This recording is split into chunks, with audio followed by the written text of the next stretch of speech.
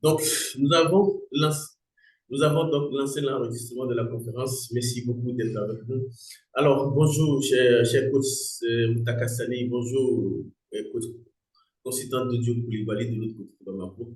Bonjour, Madame Traoré, de l'autre côté de Bamako. En attendant que les autres nous rejoignent, donc nous allons commencer la conférence. Donc voilà, nous allons, c'est d'abord le cabinet. C'est vrai que Bénin, nous sommes spécialisés dans les formations innovantes pour vos projets de renforcement de capacité ou pour vos projets de transition professionnelle. Alors voilà, et bienvenue à la grande conférence des leaders et le communicateur de ce matin, c'est Monsieur Jean-Léonard Moussa. Je suis coach professionnel en éveil du potentiel et en accompagnement à la reconversion professionnelle. Je suis consultant formateur au niveau du cabinet CFPN. Je suis expert en transfert de savoir, diplômé des écoles de pédagogie, expert en transfert de savoir et de compétences. C'est ma spécialité, c'est le numéro du cabinet qui s'affiche. Et puis, mon compte Facebook personnel, c'est Coach Léonard Moussa, facebook.com. Voilà, le succès d'un formateur ne s'apprécie pas par sa capacité à transmettre des connaissances, mais par la faculté des personnes qu'il forme à s'émanciper dans leur vie professionnelle. Donc, nous visons l'émancipation professionnelle de nos stagiaires. Donc, voilà, merci, c'est ma photo, c'est mon image qui s'affiche là. Merci beaucoup. Donc, voilà, nous avons le plaisir de vous présenter une thématique intéressante. Quelle différence entre les professions de conseiller et de coach? Vous savez que dans nos ministères, à la présidence de la République, dans nos différents pays et puis dans le ministère, dans les directions déconcentrées, déconcentrées et des directions décentralisées également et des administrations, nous avons les conseillers qui pullulent partout, des conseillers, conseillers d'orientation, conseillers économiques, conseillers politiques, conseillers en économie, conseiller. Donc, il y a une pléthore de conseillers dans différentes spécialités donc, qui existent. Nous avons une pléthore de conseillers. Maintenant, ce qui importe, c'est qui a suscité notre interrogation, c'est que qu'est-ce que nous comprenons entre les nouvelles professions aussi qui s'ajoutent avec le métier de coach, le métier de conseiller, quelle est la différence que nous faisons à travers ça? Donc, nous allons vous présenter une communication à travers cela et pour qu'ensemble nous puissions construire ce savoir-là ce matin. Voilà, merci. J'ai interviewé depuis Cotonou. Donc, voilà, merci beaucoup. Alors, nous allons réfléchir sur ces questions qui s'affichent à l'écran. Un conseiller et un coach, qui sont-ils? Pour être plus efficace et écouter, et si le conseiller devenait coach? Quelle différence d'approche, process entre les deux professions? Les deux professions ne pouvaient-elles pas se compléter afin d'aider les dirigeants à gouverner efficacement? Donc, nous allons répondre à cette préoccupation qui s'affiche à l'écran. Donc, voilà, et voilà, on va poursuivre. Alors, un conseiller et un coach, qui sont-ils en réalité? Nous allons aller à la recherche des définitions, à la recherche des différentes acceptions de ces concepts-là. Donc, un conseiller, c'est quelqu'un conseiller, c'est indiquer à quelqu'un ce qu'il doit faire. Conseiller, c'est indiquer à quelqu'un ce qu'il doit faire. Lui recommander quelque chose ou quelqu'un. Donner l'avis de faire quelque chose. Suggérer. Par exemple, je vous conseille cet excellent restaurant d'aller manger là-bas. Donc, conseiller, c'est indiquer à quelqu'un ce qu'il doit faire. Lui recommander quelque chose ou quelqu'un. Donner l'avis de faire quelque chose. C'est ça un conseiller. Donc, le conseiller, nous avons conseillé, ça signifie également recommander, guider, orienter, donner des suggestions ou des avis sur ce qu'il convient de faire, des résolutions pour engager à faire ou ne pas faire quelque chose. Le terme provient du latin concilium, qui veut dire délibération, consultation, consulere, consulter ou de conciliateur. Et le conseiller pratique en effet la conciliation, la négociation et la médiation. Donc, de ces deux acceptions que nous venons de voir, le conseiller va vous dire ce que vous allez faire. Il vous dira ce que vous allez faire. Il vous donne une solution toute faite sur ce que vous voulez faire. C'est ça un conseiller. Le conseiller va vous recommander quelque chose. Il va vous guider, il va vous dire, faites ceci, faites cela. Les conseillers dans les ministères, dans les présidentiels, un peu partout sur les différentes questions économiques, politiques, gestion et tout ça, ils vont dire, ils vont suggérer au président, voilà ce que vous allez faire. Voilà ce que vous allez faire. Donc, lorsqu'on vous dit ce que vous allez faire, est-ce que ça vous permet, vous, de développer votre autonomie? Si on doit vous dire ce que vous allez faire, est-ce que ça vous permet d'être un jour responsable? Est-ce que ça vous permet d'assumer vos responsabilités? Ça, c'est la grande question. Parfois, nous avons des conseillers dans les ministères, dans nos palais, mais qui sont presque inutiles parce que tous les conseils qu'ils donnent au chef d'État, les conseils qu'ils donnent au ministre, peut-être que ces conseils ne sont pas suivis. Peut-être qu'ils laissent des conseils, le ministre ne regarde même pas ça. Il y a des conseillers qui n'arrivent même plus à voir le dirigeant. Parce que le dirigeant est fatigué de leurs conseils. Parfois, celui qui vous donne un conseil, est-ce qu'il est prêt à assumer les conséquences de ce conseil qu'il vous donne? Lorsqu'il vous dit de faire ci et que cela entraîne des conséquences, est-ce qu'il est prêt à assumer les conséquences avec vous? Vous serez seul à assumer les conséquences lorsque quelqu'un doit vous dire ce que vous allez faire.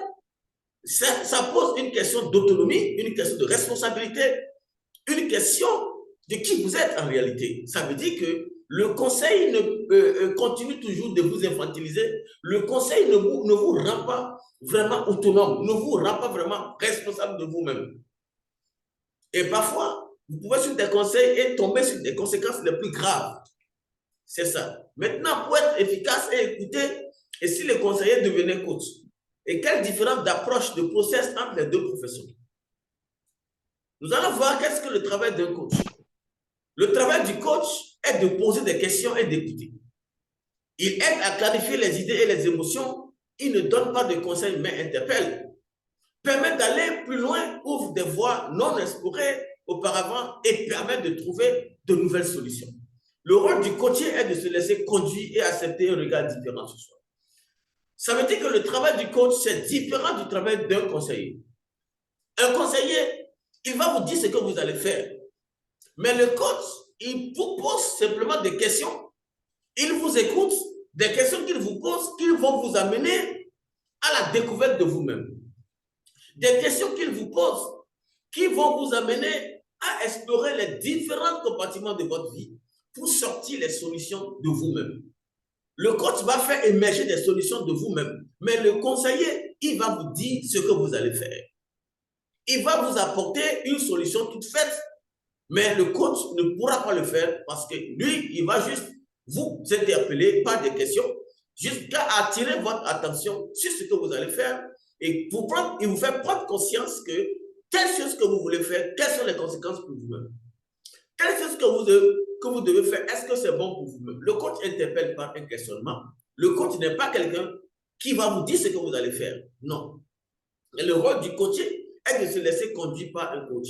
Le coach est quelqu'un qui va vous amener à briser votre cadre de référence. Le coach, par les questions qu'il vous pose, il vous amène à changer vos croyances. Il vous amène à changer la perception que vous avez de vous-même. Le coach va vous amener à changer, à vous faire voir autrement, à élever le regard que vous avez sur vous-même. Le coach est quelqu'un qui va vous changer. Et quelqu'un, à travers les questions qu'il vous pose, vous amène à vous découvrir, vous amène à voir que vous aviez les différentes potentialités de faire ci, de faire ça.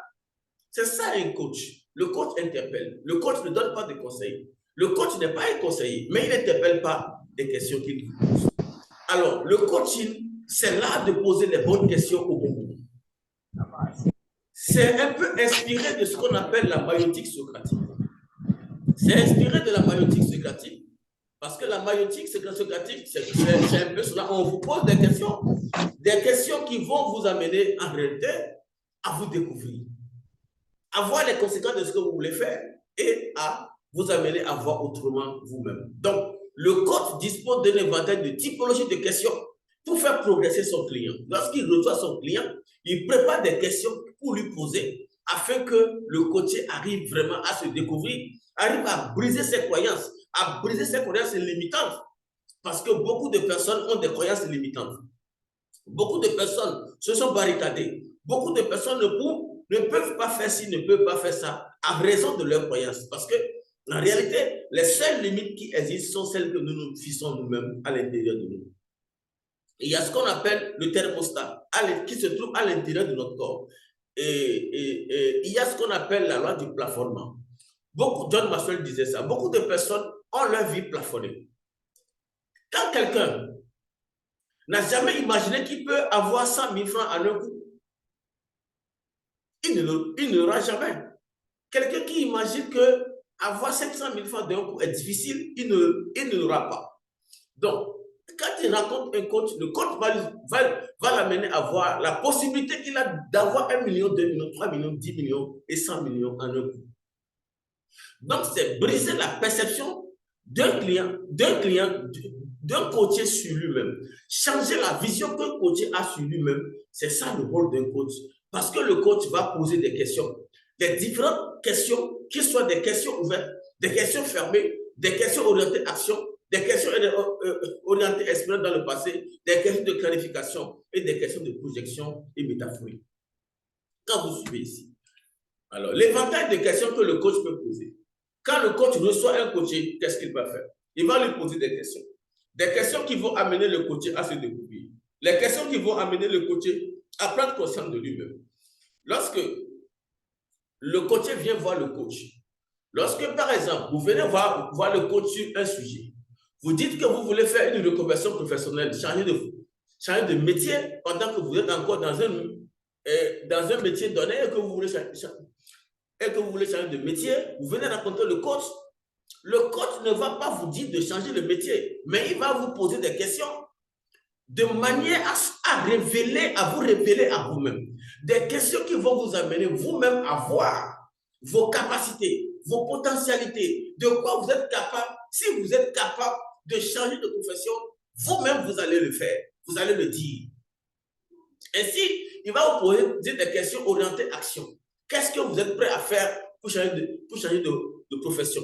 Il peut vous poser des questions de projection. Il peut vous demander, imaginez que vous avez déjà trouvé une autre profession et que cela marche pour vous. Décrivez comment vous avez fait pour arriver là-bas. Vous-même, vous allez dire les solutions. Le coach va vous poser des questions qui vont vous amener à dire les solutions vous-même. Des questions orientées, inspirantes dans le passé. Le coach vous fait promener en vous posant des questions puissantes. Des questions qui vont vous ouvrir les yeux sur vos capacités. Ainsi, pour dire ceci, le coach conduit à l'autonomie du coaché et le motive à atteindre les objectifs qu'il s'est fixés lui-même. Le coach ne résout pas les problèmes des gens. Alors que le conseiller, quand vous l'appelez, il vient vous dire ce que vous allez faire tout de suite.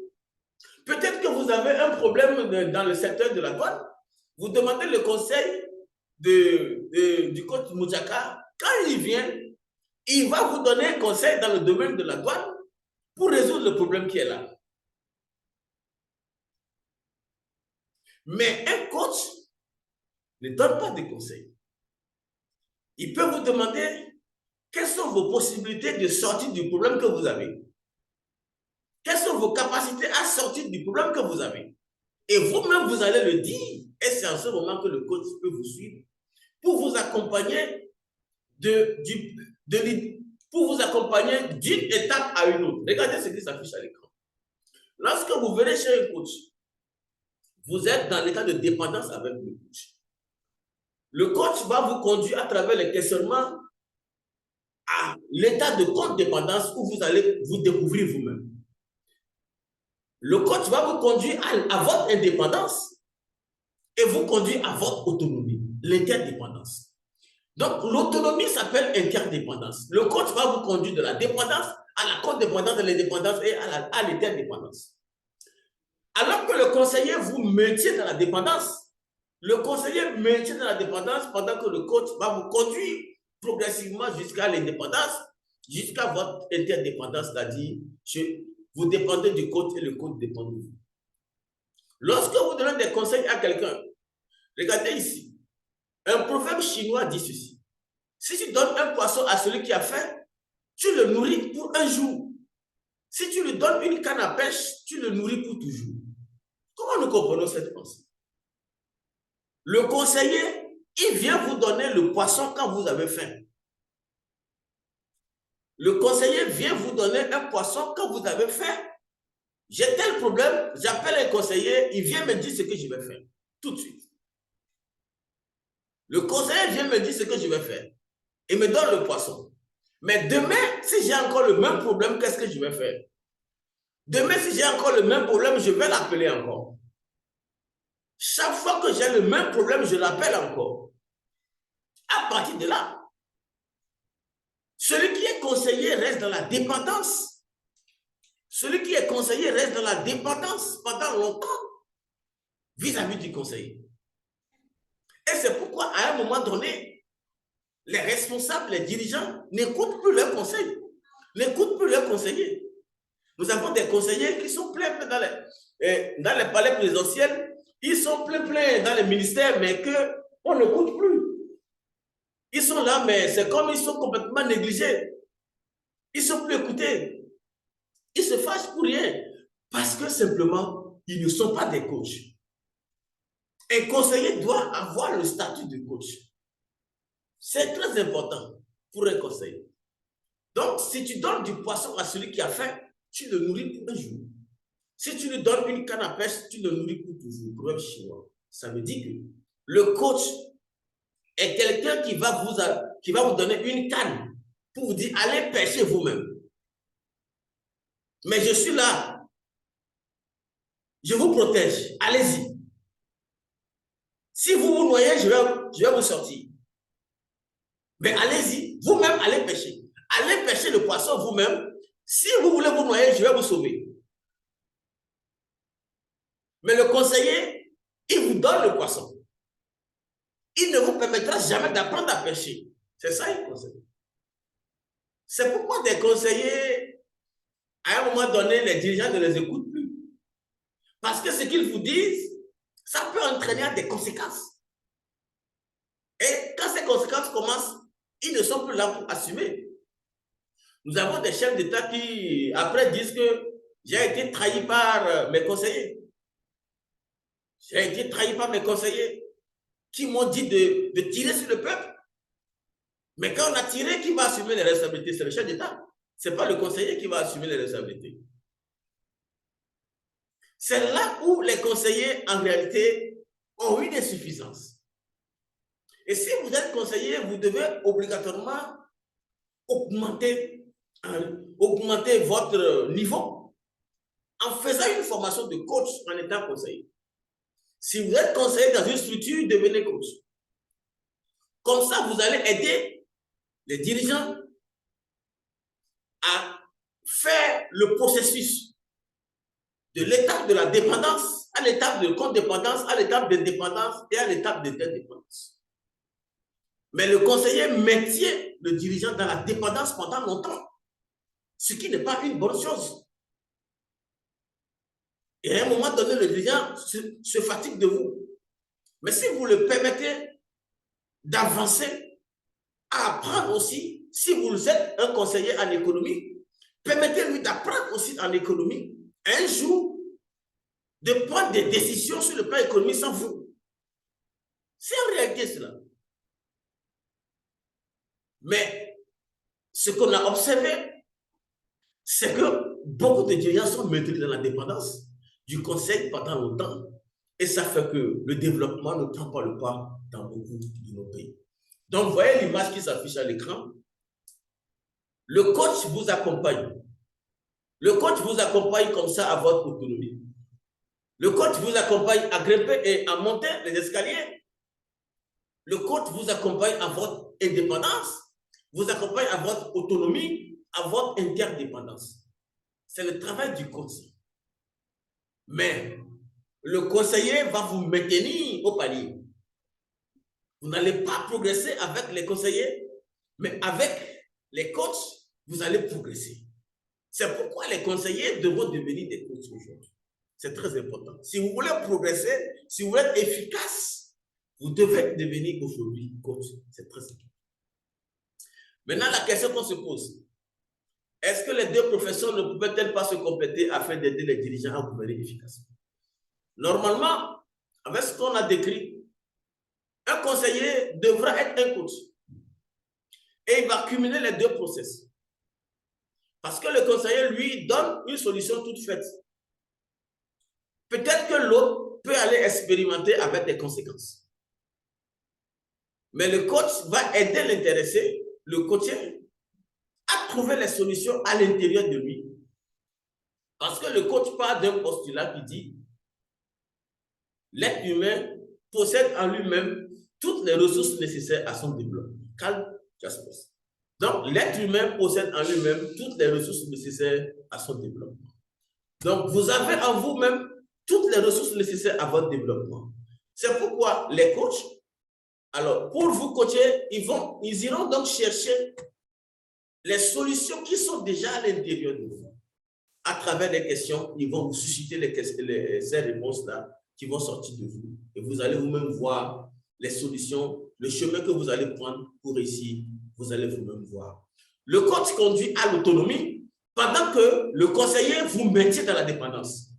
Vous devez retenir ça. Le coach conduit à votre autonomie, à votre indépendance, à votre liberté, à votre capacité de faire les choses vous-même, pendant que le conseiller vous maintient dans la dépendance pendant très longtemps et ne vous donne pas la capacité de faire les choses vous-même. Voici un peu la différence. Maintenant, les deux métiers pouvaient se compléter. Quand vous voyez ce qui s'affiche à l'écran, le coach travaille comment? Ici, on appelle ça les zones d'intervention. Le travail du coach va consister à faire quoi? Le travail du coach va consister à investiguer les différentes zones qui ont problème. Quand vous suivez là, lorsque vous êtes un coach, vous voulez coacher un dirigeant, le process par lequel le coach travaille, vous êtes un coach. Vous êtes un conseiller, par exemple, et vous donnez un conseil au dirigeant de pratiquer. Mais vous avez un dirigeant qui a un problème d'estime de soi. Le dirigeant a un problème de faible estime de soi. Il ne peut pas le faire parce que ce dirigeant n'a pas confiance en lui. S'il n'a pas confiance en lui, comment est-ce qu'il peut appliquer les solutions que vous lui donnez? Ça ne marchera pas. Lorsque le dirigeant est quelqu'un qui a des problèmes de management, de gouverner les équipes qui sont avec lui, il ne connaît pas l'art de manager. Vous lui donnez des conseils pour le faire, il ne peut pas le faire. Donc, le coach, lorsque un coaché, une personne est devant le coach va investiguer la personne.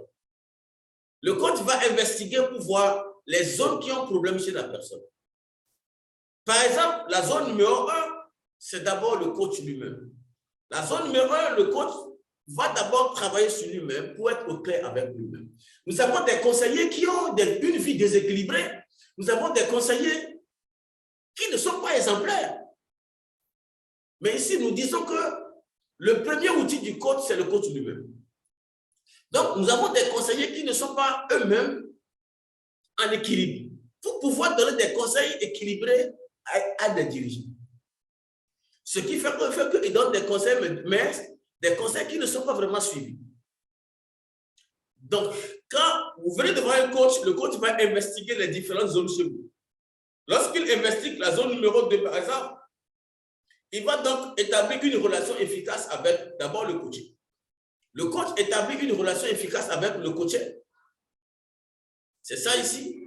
Et quand vous voyez la zone numéro 3, le coaché lui-même, le coach donc va investiguer pour voir. Est-ce que le coaché lui-même a conscience qu'il est une personne importante? Est-ce que le coaché a conscience qu'il est une personne compétente? Est-ce que le coaché a conscience qu'il a les capacités de faire ci, de faire ça? Et si le coach se rend compte que le coaché n'a pas les capacités, s'il se rend compte que le coaché a une faible estime de lui-même, à partir de là, il saura ce qu'il faut guérir chez lui. Un dirigeant qui a un problème d'estime de soi, je ne vois pas comment il peut vraiment mettre en application les solutions que vous lui recommandez. Il aura peur de mettre en application les solutions. Parce que moi, j'ai coaché un dirigeant ici. Je me suis rendu compte qu'il a un problème d'estime de soi. Il a un problème de paraître en public. Il a un problème de prendre la parole en public. Mais vous le coachez de prendre telle ou telle décision, il a peur. Vous avez un dirigeant qui a un problème émotionnel, un dirigeant qui est dominé par la peur, un dirigeant qui est dominé par le doute, par le sentiment de doute, de peur, un sentiment de dénigrement de soi, un sentiment de faible estime de soi. Il ne peut pas mettre en application les conseils que vous lui donnez. Ce n'est pas évident. Et c'est justement pourquoi il faut être un coach. Justement pourquoi il faut être un coach. Et lorsque vous êtes un coach, vous êtes un conseiller et vous êtes un coach, ça vous permet, lorsque vous préparez les conseils qu'il faut donner aux dirigeants, à un moment donné, il faut investiguer la vie du dirigeant aussi, avec des questions que vous lui posez. Vous investiguez la vie du dirigeant au niveau de la zone numéro 3, la zone qui concerne le coaché lui-même, qui concerne le dirigeant lui-même. Vous voyez que ce dirigeant a un problème d'estime de soi. Vous voyez que ce dirigeant est dominé par le doute et la peur. Ne peut pas prendre des décisions.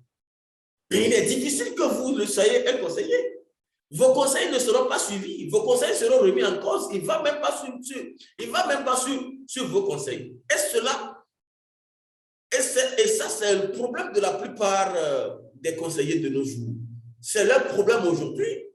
La plupart des conseillers se fatiguent, se fâchent parce que le dirigeant ne pratique pas ce qu'il recommande de faire. Mais quelle est la personne du dirigeant lui-même? C'est qui ce dirigeant?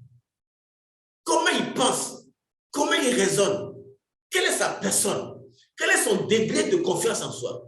Quel est son degré de maîtrise de soi? Est-ce que ce dirigeant n'a pas un problème émotionnel peut-être? Quand tout ça là est là, ce n'est pas évident que les conseils que vous donnez marchent. Les conseils ne peuvent pas marcher. C'est pourquoi le développement dans nos pays pose un grand problème. Il y a trop de conseillers. Par les présidentielles, ministères, un peu partout. Dans les services déconcentrés, décentralisés, dans les collectivités locales, il y en a un peu partout. Mais ça ne porte pas. Donc, il est essentiel que les gens puissent vraiment, en étant conseillés quelque part, vite faire la formation de coach pour être un coach. Vous savez, lorsque vous investiguez la vie du dirigeant, vous arrivez au niveau 4, vous trouvez que ce dirigeant n'a pas eu de bonnes relations avec son environnement de travail, n'a pas de bonnes... Je suis en conférence, venez en salle. Venez en salle, je suis en conférence. Venez en salle.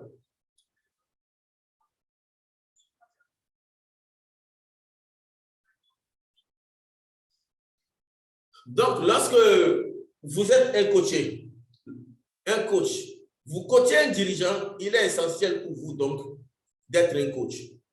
Et lorsque vous êtes un coach, ça vous permet vraiment de pouvoir travailler. Ça vous permet de pouvoir résister. Donc, voilà. Lorsque vous êtes un coach, vous devez investiguer d'abord la vie du dirigeant.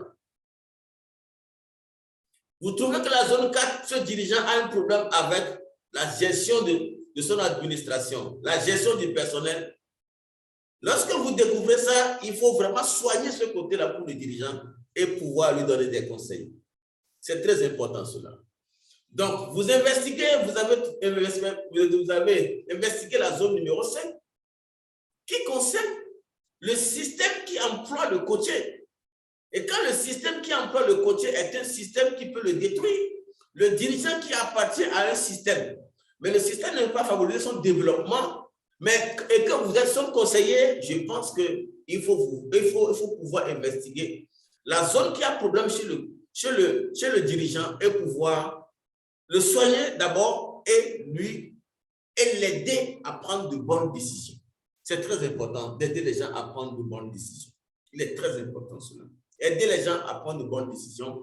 Sachez d'abord le problème, investiguez et voyez là où le coaché, là où le dirigeant a mal fait, là où le dirigeant a des incapacités. Et soignez donc les incapacités chez les dirigeants. Soignez donc les infirmités chez les dirigeants. Un dirigeant qui a des infirmités intellectuelles, des infirmités psychologiques, émotionnelles, vous ne pouvez pas le conseiller. Ça ne peut pas marcher. Donc, il faut donc aider les dirigeants et voir peut-être la zone numéro 8 qui est le problème que le coaché a lui-même. Donc, je pense que ces choses-là, il faut les soigner. C'est très important de prendre les bonnes décisions. Aider les dirigeants à prendre de bonnes décisions, c'est ce qui est recommandé. Et vous devez être un coach pour pouvoir investiguer et voir la zone qui a problème chez le dirigeant. Et soigner d'abord cela et aider les dirigeants par des questions, les conduire à l'autonomie, les conduire à être eux-mêmes sur différentes questions. C'est ce qui est important. Il ne faut pas laisser les dirigeants dans la dépendance pendant longtemps. Cela fait qu'il perdra confiance en vous-même. C'est très important. Donc, pour résumer, c'est pour dire que pour ceux qui viennent d'arriver, c'est pour dire, c'est coach Léonard Mouza qui est en communication. Donc, voilà. Nous parlions des différences entre les professions de conseiller et de coach. Et ici, un conseiller et un coach, qui sont-ils? Donc, nous avons dit que conseiller, c'est indiquer à quelqu'un ce qu'il doit faire. Lui recommander quelque chose pour quelqu'un. C'est ça un conseiller. C'est-à-dire, le conseiller, il va vous indiquer ce que vous allez faire. Il va vous recommander, vous orienter, vous guider. Mais ce que le conseiller vous dit de faire, est-ce que vraiment cela n'a pas de conséquences? Et s'il y a des conséquences, qui assume la responsabilité? C'est vous, le dirigeant. Mais quand vous avez, et ici, le travail du coach est de poser les questions. Il ne donne pas de conseils. Le coach ne donne pas de conseils, mais interpelle. Et permet d'aller au loin. Ouvre des voies non explorées auparavant et permet de trouver de nouvelles solutions.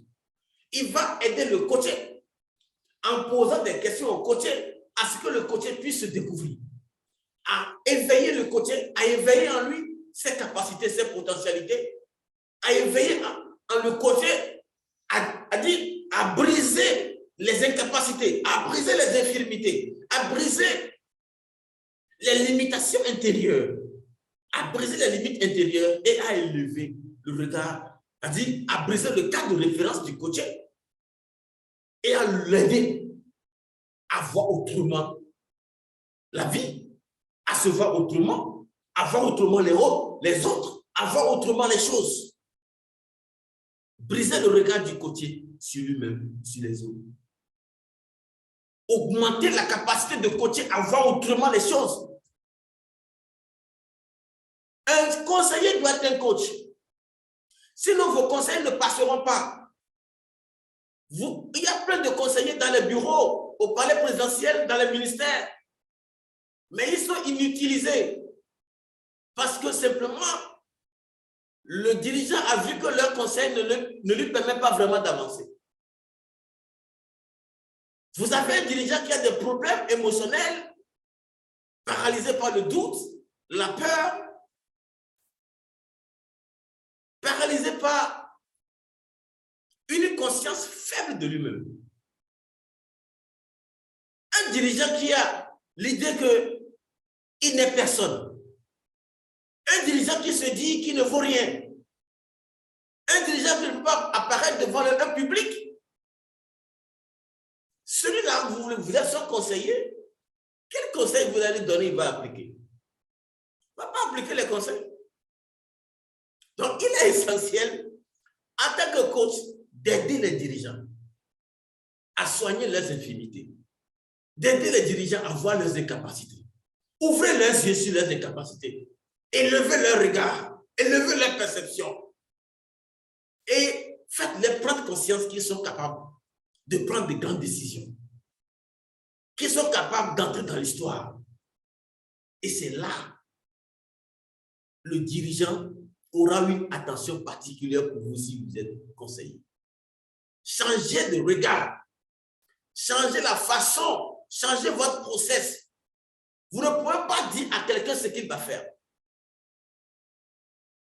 Et on dit que le coach conduit à l'autonomie du coaché et le motive à atteindre les objectifs qui sont fixés. Et le coach ne résout pas les problèmes de quelqu'un. Mais il va vous poser des questions qui vont vous amener à trouver les solutions à l'intérieur de vous-même. Vous savez, lorsque Dieu a créé le monde, a créé tout ce qui existe, on a créé l'homme en dernière position.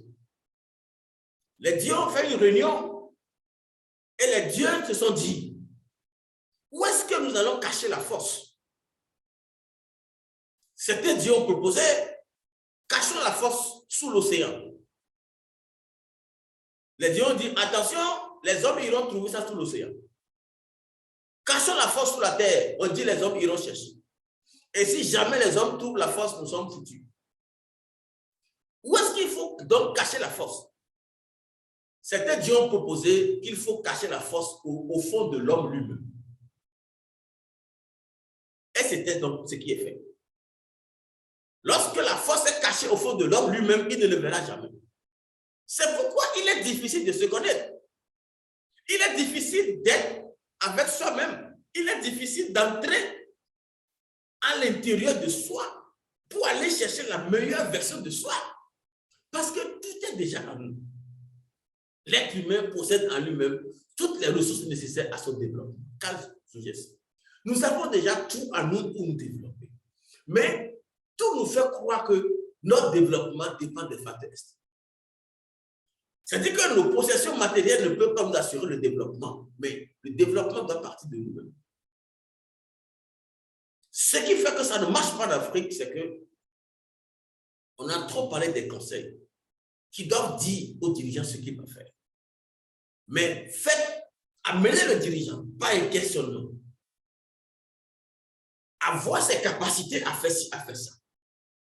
Et que lui-même prenne la décision de faire ci, de faire ça. Et il le fera.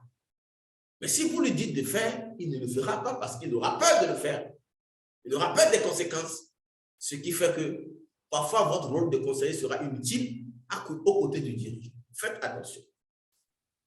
Beaucoup attention dans ce sens-là.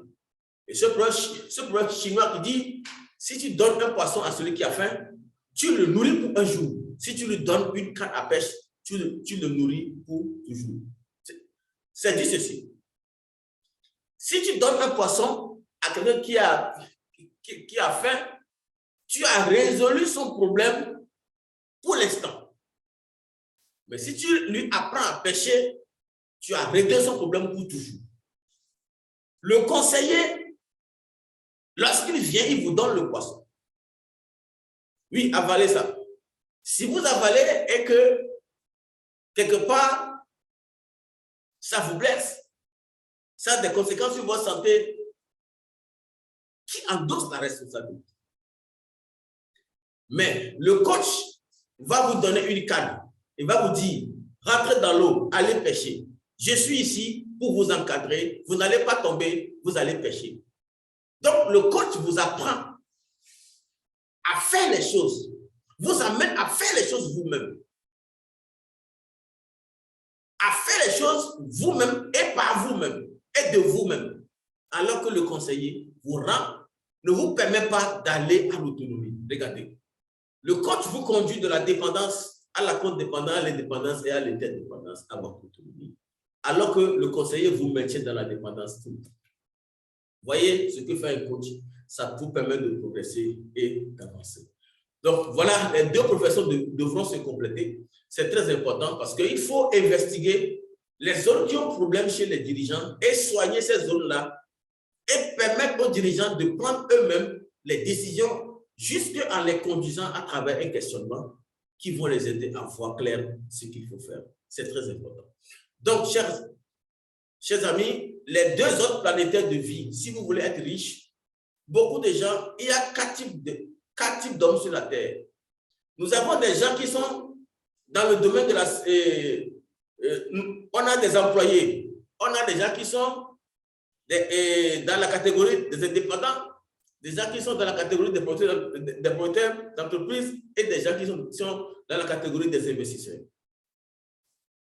Lorsque vous êtes dans la catégorie E, vous êtes salarié. Et les salariés, leur seule lutte est la sécurité de leur emploi.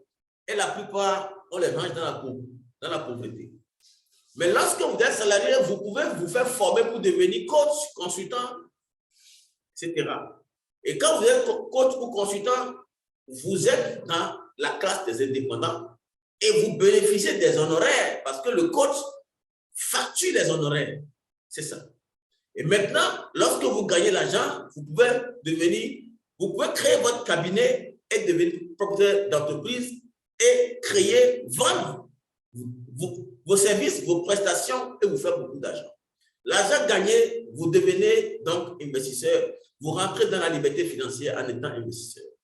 Si vous suivez bien, l'école a fabriqué des pauvres et des gens de la classe moyenne, mais c'est la rue. C'est-à-dire que ce sont les formations de courte durée que vous suivez, ces formations qui vont vous aider à gérer votre cabinet, à gérer votre entreprise et à investir et à avoir la liberté financière. C'est grave. Si vous restez dans la catégorie E, en tant qu'employé, jusqu'à aller à la retraite, votre vie tombe dans la décadence. Mais en même temps, investissez et devenez coach consultant. Ça vous permet donc de commencer par vendre vos prestations et d'aller à votre autonomie financière.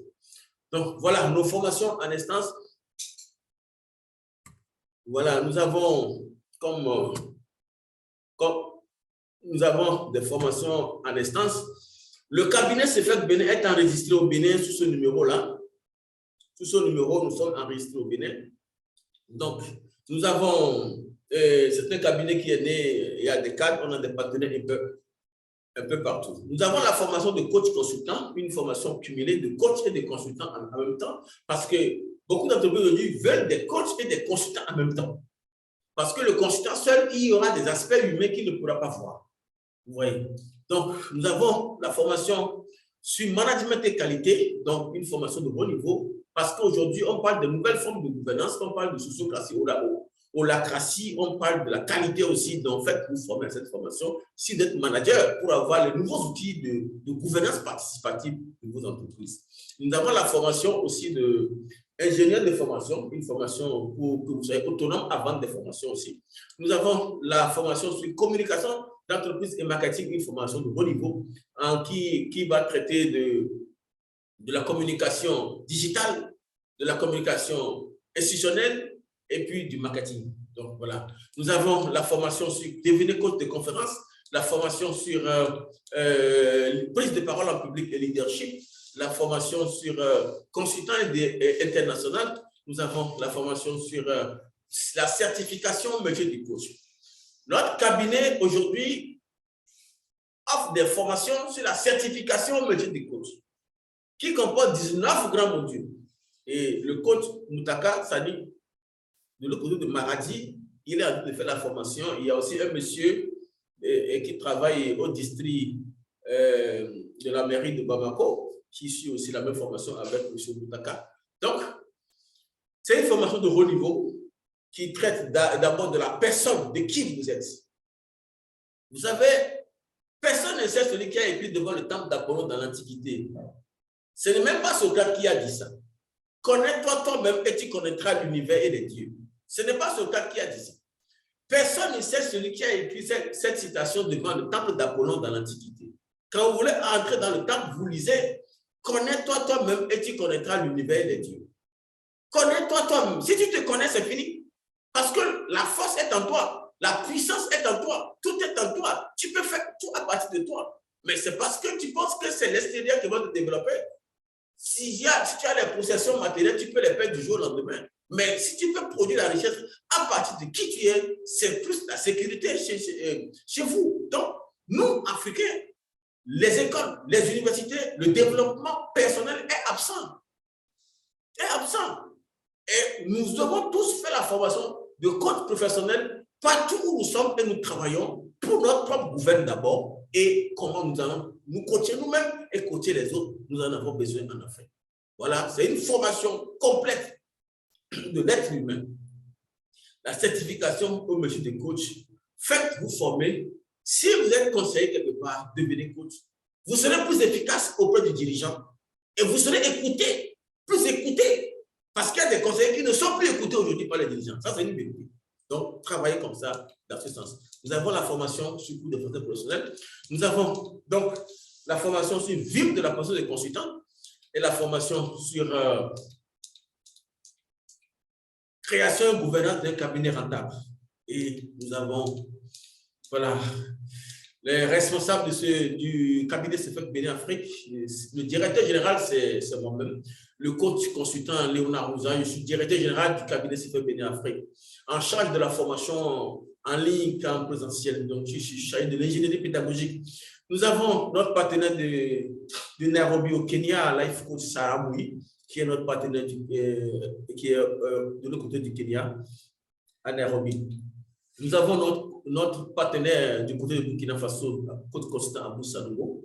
Donc, nous avons aussi notre représentante de l'autre côté de Bamako, et Fatoumata Sangaré, elle est notre représentante à Bamako. Donc, voilà, elle a été d'abord formée par le cabinet, elle est notre représentante. Donc, du côté du Niger, nous avons l'honorable Soulé Amadou Selfi Rafi, qui est l'ancien ministre de l'enseignement supérieur du Niger, qui est avec nous. Donc, nous avons, voici l'album photo de nos sessions de formation en présentiel. Nous étions dernièrement à Bamako. J'ai quitté Bamako le 11 novembre dernier. Donc, c'était le 10 novembre. Nous avons clôturé la session de formation. La certification, parce que nous assumons d'abord une grande formation en ligne. Et la certification, nous faisons le voyage pour arriver sur place et vous remettre les certificats. Donc, on était à Bamako dernièrement. Voici la cérémonie de certification des gens que nous avons formés sur place à Bamako. J'étais à Bamako dernièrement. Donc, voilà, toujours le 10 novembre 2022 à Bamako. Nous avons reçu un trophée donc, à Bamako. Donc, voilà, merci. Donc, nous étions à Ouagadougou le 8 mars 2020.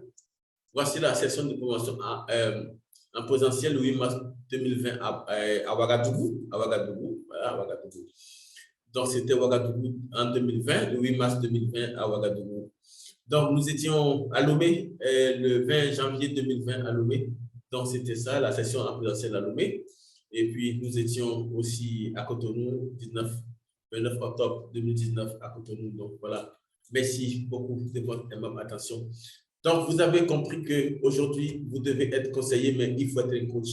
Parce que sinon, vous ne serez pas écouté par vos dirigeants. Donc, changer de paradigme, c'est très important de voir autrement les choses. Je suis à la fin de ma communication. Je vais vous laisser la parole pour recueillir vos impressions et vos questions également. Merci beaucoup de m'avoir suivi. Merci. Merci d'être resté là jusqu'à la fin de cette communication. Je vous remercie. On va ouvrir le micro qui va terminer.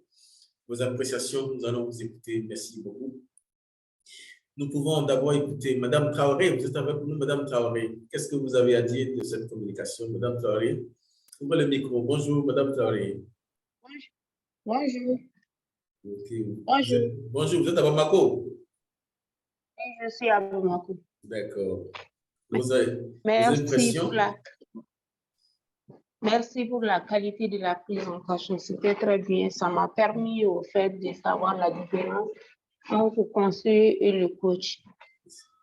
Donc, ce que je voulais savoir également, parce que le métier de coaching m'intéresse et plus je vois d'autres formations qui sont le management et la qualité. Et dans le cadre du management et la qualité, c'est la certification ou il y a un diplôme de master ou de licence? Nous ne donnons pas les masters, mais nous faisons la certification en vous rendant autonome. Parce que vous devenez consultant et vous pouvez avoir votre cabinet ou agence et accompagner les entreprises, accompagner les dirigeants en faisant des offres aux entreprises, des offres aux dirigeants. Vous savez, il n'y a pas emploi pour tout le monde, mais il y a travail pour tout le monde. Vous savez la différence entre un emploi et un travail? Un emploi, Oui. c'est quelqu'un qui vous paye pour lui faire un travail que lui-même n'a pas le temps de faire. Il vous paye pour lui faire ce travail et lui-même est libre pour faire autre chose. C'est quelqu'un qui vous paye pour vous occuper, à lui faire un travail que lui-même n'a pas le temps de faire. OK. C'est simple. Mais un emploi, un salaire qui ne peut pas vous rendre riche, ce n'est pas évident. OK. Mais ce qui peut vous rendre riche, un salaire plus des revenus issus de la vente de vos prestations intellectuelles. D'accord. Vous travaillez pour un patron de 8h à 18h, vous rentrez chez vous, vous prenez votre ordinateur, vous travaillez pour votre entreprise de 19h à 22h. Et tôt le matin, moi je suis sur pied depuis, ça fait 3h du matin chez vous. J'ai travaillé avec des gens depuis le matin en direction de différents pays. Avant que vous vous réveillez, moi j'ai déjà gagné l'argent. Vous dormez le soir, moi j'ai gagné l'argent. Mais je vais encore au service. Tout cet argent qui rentre là, ça va me rendre riche, n'est-ce pas? D'accord. Le salaire, ça va servir à gérer la maison. Mais ce qui rentre va constituer une fortune pour moi.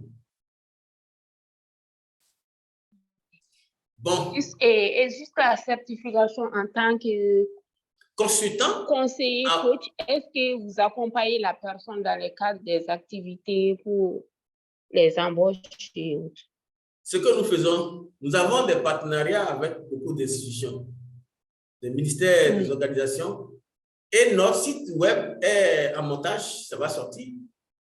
Il y a une page pour les consultants formés dans différents pays avec vos spécialités sur le site et que nous donnons à nos partenaires dans tel pays.